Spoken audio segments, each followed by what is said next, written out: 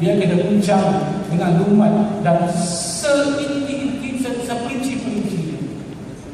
Dan jika boleh, saya sarankan, jika usul itu dibawa dalam agama ini, saya juga boleh mencadangkan supaya boleh bawa, dan bawalah kita utama khas kita bincang 2 hari 2 malam tajuk itu sahaja.